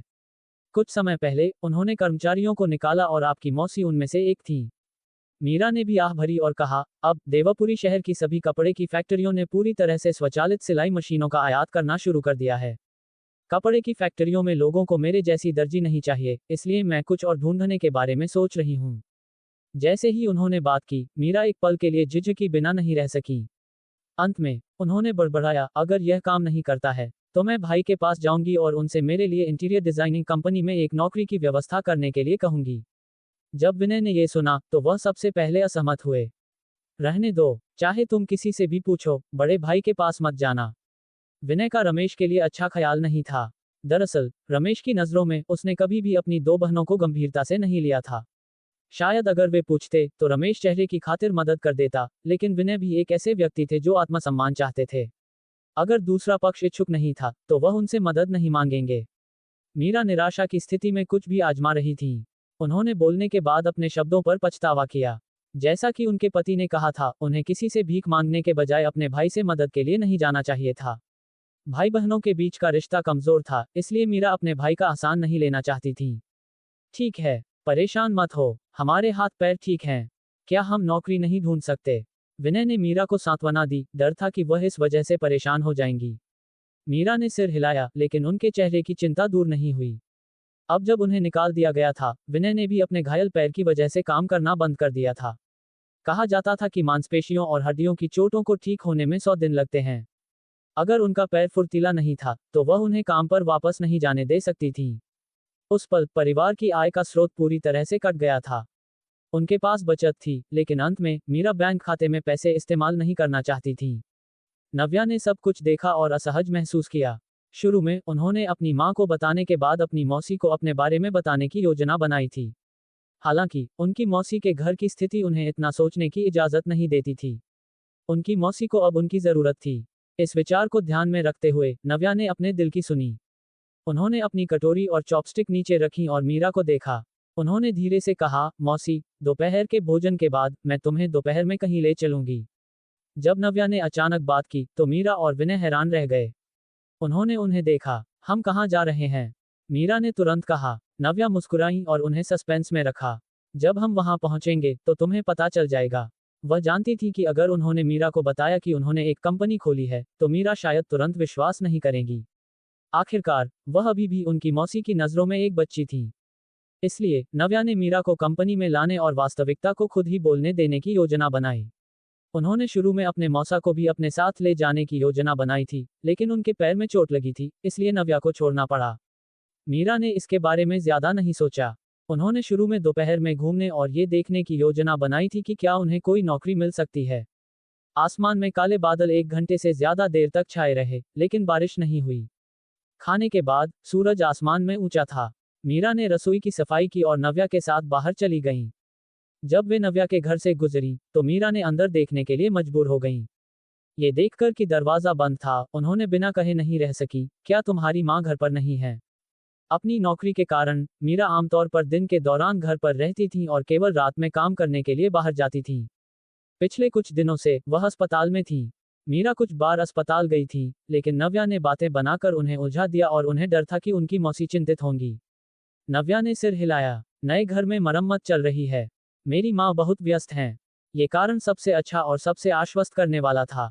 जैसा कि उम्मीद थी, मीरा ने ये सुनकर सिर हिलाया, लेकिन उन्होंने कहा, मुझे इस समय फुर्सत है। जब समय आएगा तो मैं तुम्हारी माँ की मदद करूंगी। नव्या के चेहरे पर एक धीमी मुस्कान थी।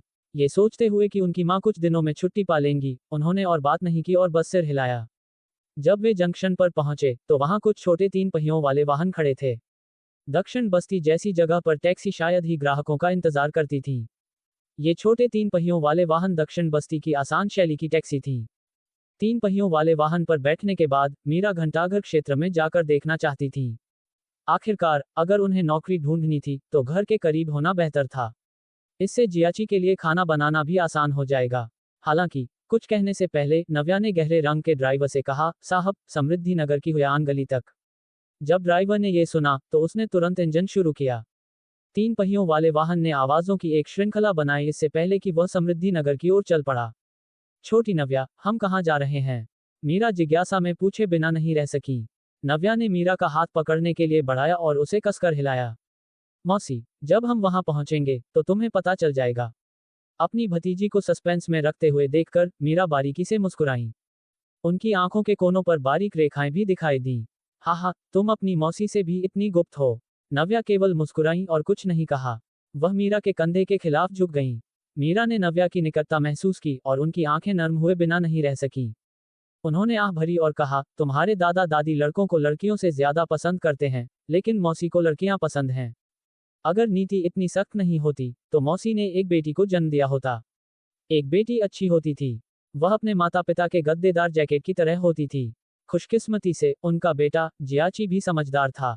मीरा बच्चे के बारे में ज्यादा चिंतित नहीं थी। मौसी, मैं तुम्हारी बेटी हूँ, नव्या ने अचानक फुसफुसाया, जिससे मीरा हैरान रह गई। अगले सेकंड में मीरा की आंखें लाल हो गईं। उन्होंने जल्दी से अपना सिर थोड़ा घुमाया, लेकिन उनके दिल में गर्माहट भर गई। नव्या ने और कुछ नहीं कहा। कुछ भावनाओं को शब्दों में व्यक्त करने की जरूरत नहीं थी। उनका परिवार और मौसी का परिवार एक दूसरे की भावनाओं को महसूस कर सकते थे। उन्हें अब तुम और मैं के बीच फर्क करने की जरूरत नहीं थी। 3 पहियों वाला वाहन थोड़ी देर तक चला, इससे पहले कि वह हुयान गली पर पहुंचा। अंत में यह उच्च स्तरीय कार्यालय भवन के सामने रुका, जहां पूर्वी सागर प्रॉपर्टी स्थित थी। वे दोनों कार से बाहर निकले।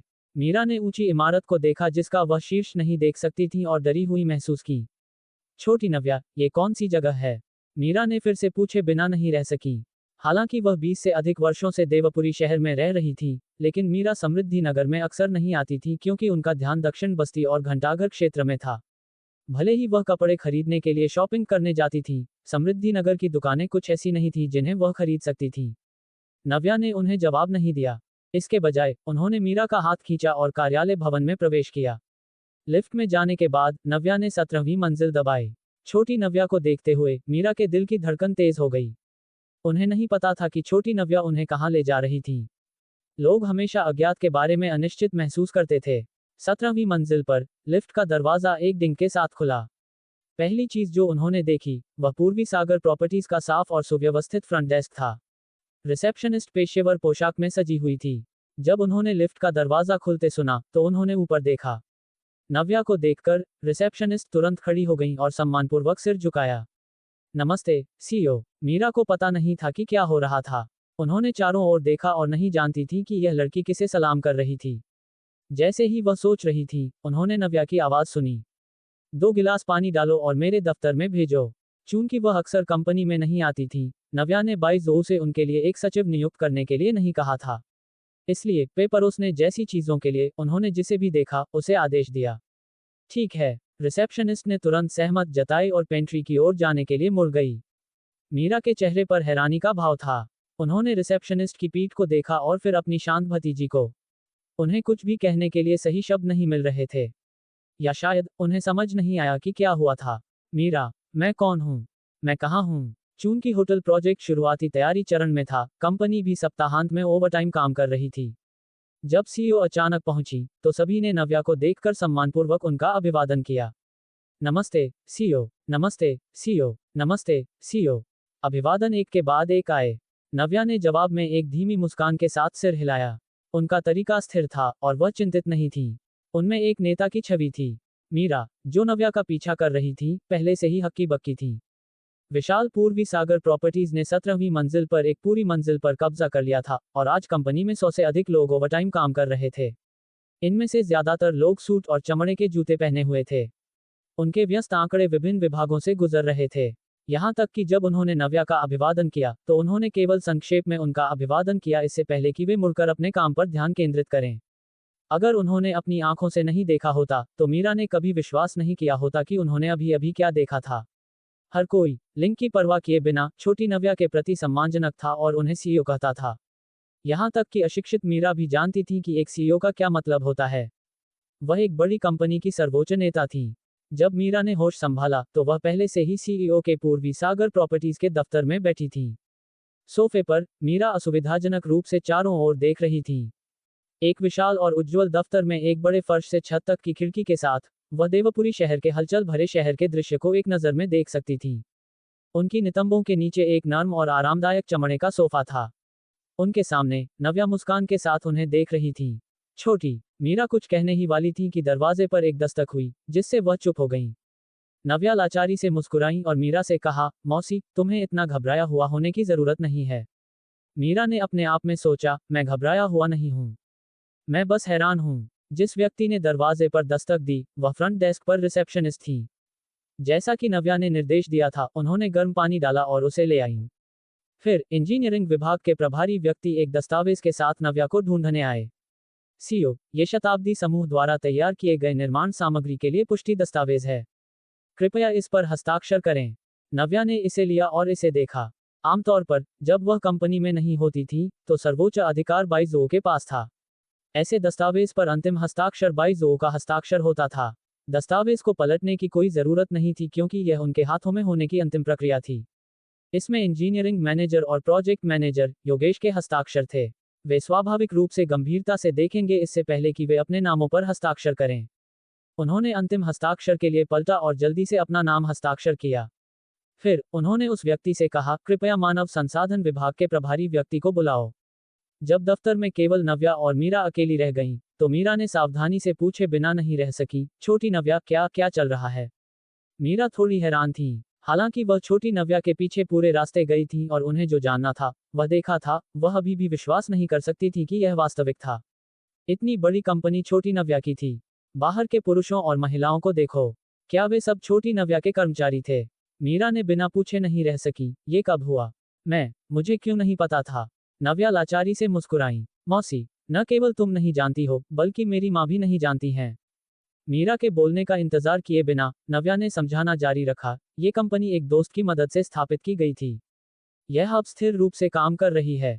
मैंने शुरू में थोड़ी देर बाद अपनी माँ को बताने और उनके साथ तुम्हें भी बताने की योजना बनाई थी। नव्या ने धीरे से आह भरी। मुझे उम्मीद नहीं थी कि मैं आज अपने मौसा को घायल देखूंगी। तुम्हें भी नौकरी से निकाल दिया गया था, इसलिए मैं अब और इसे नहीं छिपाना चाहती थी।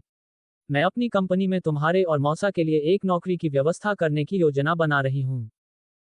मीरा बोलने में असमर्थ थी। ये कहा जा सकता था कि उन्हें अब क्या कहना है, वह नहीं जानती थी। क्या उन्होंने उन पर विश्वास नहीं किया? लेकिन सच्चाई उनके सामने थी। सदमे के अलावा वह अभी भी हैरान थी। नव्या के शब्दों को सुनने के बाद वह प्रभावित महसूस किए बिना नहीं रह सकी। पता चला कि छोटी नव्या उन्हें एक नौकरी की व्यवस्था करने के लिए कंपनी में लाई थी। हालांकि इस शानदार बड़ी कंपनी को देखते हुए मीरा ने केवल टेलीविजन पर ऐसी कंपनियों को देखा था। वह एक अशिक्षित मध्यम आयु वर्ग की महिला थी जो केवल कपड़े बनाना जानती थी। वह यहाँ क्या कर सकती थी? उन्हें अपने परिवार का समर्थन करने के लिए एक नौकरी की जरूरत थी, लेकिन वह छोटी नव्या के लिए परेशानी पैदा नहीं करना चाहती थी। मीरा नहीं जानती थी कि वह इतनी बड़ी कंपनी में क्या कर सकती थी। इस विचार को ध्यान में रखते हुए मीरा ने कहा, छोटी नव्या, मैं जानती हूँ कि तुम मेरे लिए दुखी महसूस करती हो, लेकिन मेरे पास ऐसी कंपनी में काम करने की क्षमता नहीं है। मैं एक रेस्टोरेंट ढूंढ सकती हूँ ताकि एक वेट्रेस बनूं और झाड़ू लगाऊं। मुझे गर्व है कि तुम्हारी इतनी बड़ी कंपनी है, लेकिन मैं तुम्हारा फायदा नहीं उठा सकती और तुम्हारे लिए परेशानी पैदा नहीं कर सकती। मीरा के शब्द ईमानदार और जमीनी थे और उनका ढोंग करने का कोई इरादा नहीं था, फिर भी स्वीकार करना चाहती थी। यही वह सोच रही थी। हालांकि जब नव्या ने यह सुना तो उन्हें और भी बुरा लगा। उन्होंने तुरंत मीरा को देखा और कहा, मौसी, मैं इतनी मेहनत क्यों करती हूँ, ये केवल अपने लिए नहीं है, बल्कि उन लोगों को भी अच्छी जिंदगी जीने देने के लिए है जिनकी मुझे परवाह है। मेरी माँ, मेरा भाई, तुम, मेरे मौसा और जियाची वे लोग हैं जिन्हें मैं इस दुनिया में सबसे ज्यादा प्यार करती हूँ। फायदा उठाने जैसी कोई बात नहीं है। मैंने ये सब तुम्हारे लिए किया। अगर तुम इसे स्वीकार नहीं करती हो तो मैंने जो कुछ भी किया है वह अर्थहीन हो जाएगा। नव्या का चेहरा गंभीर और दृढ़ था। मीरा का दिल कांप गया इससे पहले कि उन्हें महसूस हुआ कि उन्होंने कुछ गलत कहा था। हाँ, उन्होंने हमेशा छोटी नव्या और अर्जुन को अपने जैविक बच्चे माना था। उन्होंने अभी अभी ऐसे दूर के शब्द क्यों कहे? जैसा कि छोटी नव्या ने कहा था, वे एक सच्चा परिवार थे। इन सालों में वे सुख दुख में साथ रहे थे। इसलिए मीरा जानती थी कि उन्हें छोटी नव्या के इरादों को स्वीकार करना चाहिए। उन्होंने सिर हिलाया बिना नहीं रह सकी। ठीक है, मौसी तुम्हारी बात सुनेगी। उन्हें बस उम्मीद थी कि छोटी नव्या उनके लिए कोई मुश्किल नौकरी नहीं तय करेगी। वह वास्तव में इसे करना नहीं जानती थी। नव्या मुस्कुराए बिना नहीं रह सकी। मानो मीरा की चिंताओं को जानते हुए उन्होंने उन्हें सांत्वना दी, मौसी, चिंता मत करो। मैं तुम्हारी क्षमता के भीतर एक नौकरी तय करूंगी। जब मीरा ने यह सुना तो उन्होंने राहत की सांस ली बिना नहीं रह सकी। मानव संसाधन प्रबंधक जल्दी से सीईओ के दफ्तर में आए। जब उन्होंने नव्या को देखा तो उन्होंने कहा, सीईओ, आप मुझे ढूंढ रही थी? नव्या ने सिर हिलाया और उन्हें बैठने और बात करने के लिए संकेत दिया। प्रबंधक वर्मा, मैं अपनी मौसी के लिए कंपनी में एक नौकरी तय करना चाहती हूँ। मुझे आश्चर्य है कि क्या अब उनके लिए कोई उपयुक्त पद है? नव्या ने सीधे पूछा। धन्यवाद दोस्तों। अगर कहानी अच्छी लगी हो तो लाइक करें और नई कहानियों के लिए VS नॉवल वर्ल्ड को सब्सक्राइब ज़रूर करें। मिलते हैं अगली कहानी में।